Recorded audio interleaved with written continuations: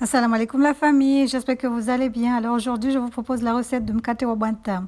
Ça, c'est une recette tout simple. En fait, c'est une amie à moi qui m'a ramené les ingrédients. Elle a juste dit que je dois les lui préparer.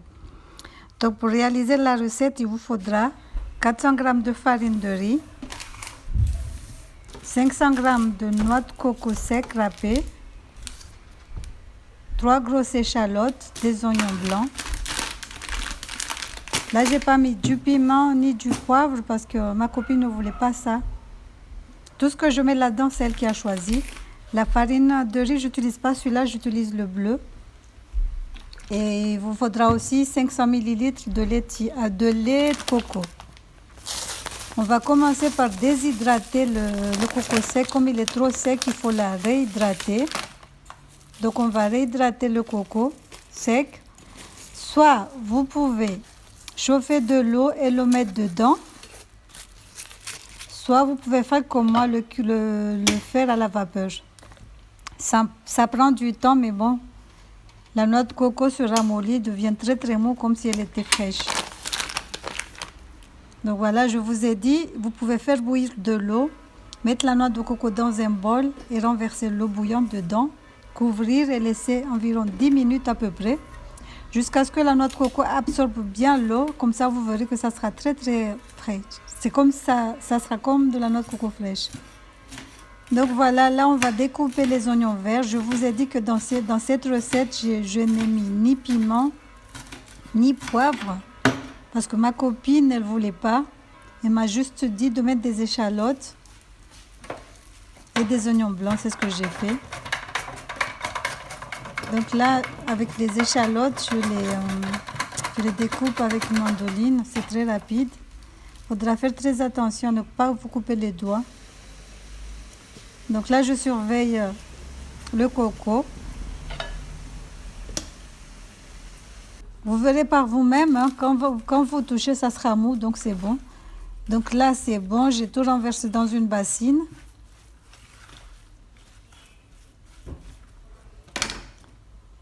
Je rajoute un peu de lait de coco.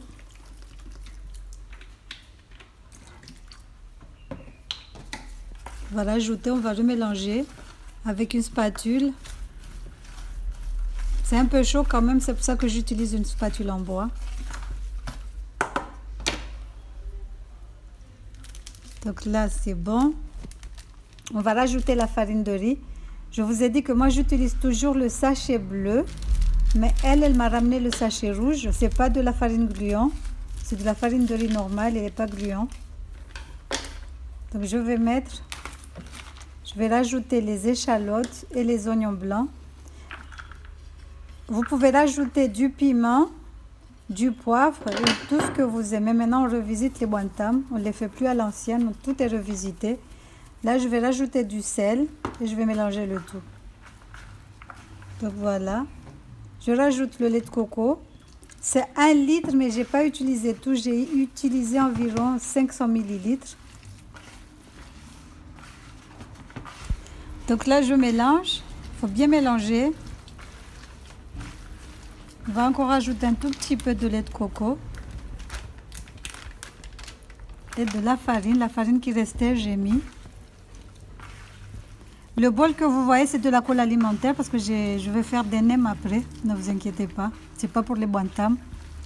Comme je vous ai dit, ça c'est une amie à moi. Il m'a ramené ces trucs, ces ingrédients. Il m'a dit juste de lui préparer des bantams.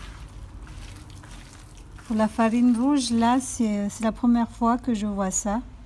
C'est une farine normale, mais on est trop habitué au bleu, au sachet bleu. Donc là, c'est bon. On a bien mélangé. On va former des boules. Goûter pour voir si c'est bon ou pas. Ajuster les goûts. Je sais que maintenant, on rajoute de l'ail, du persil, plein de choses. Là, on revisite les trucs. C'est bon. C'est bien de revisiter de temps en temps.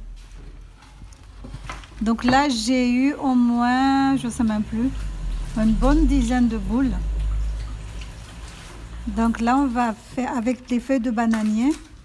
Moi, j'utilise les feuilles de bananier parce que j'en ai. Mais vous pouvez utiliser du papier alu ou du papier cuisson. Donc là, le reste, là, c'est de laisser faire votre imagination. pouvez faire des dessins, ce que vous voulez, des petites fleurs, des cœurs, des je sais pas quoi. Donc il faut toujours mouiller les mains avec du lait de coco. En fait, au pays, on utilise le jus de coco. Donc là, on va faire nos petits dessins. Je ne suis pas une pro. Je préfère faire 20 kg de goudou-goudou que de façonner les bantams. J'arrive toujours pas. Pourtant, ça fait des années que je fais, mais bon. Je fais pas des beaux motifs. Mais bon.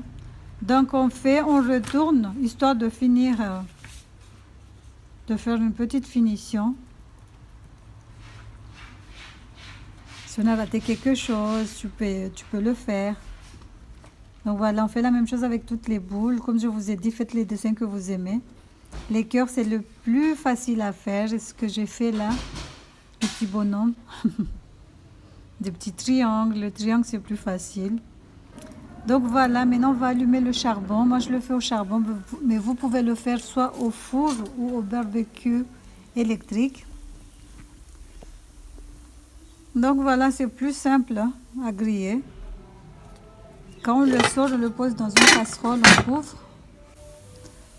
Voilà, on fait la même chose avec tous les bantams. J'espère que la recette vous aura plu. N'hésitez pas à liker, à partager, à commenter. Vous avez vu? C'est pas les meilleurs dessins du monde, mais bon. L'essentiel, c'est le goût y est, c'est bon. L'esthétique, bof. Quand on sera top chef, oui, peut-être, faudra faire des efforts, mais là, ça va. C'est trop bon.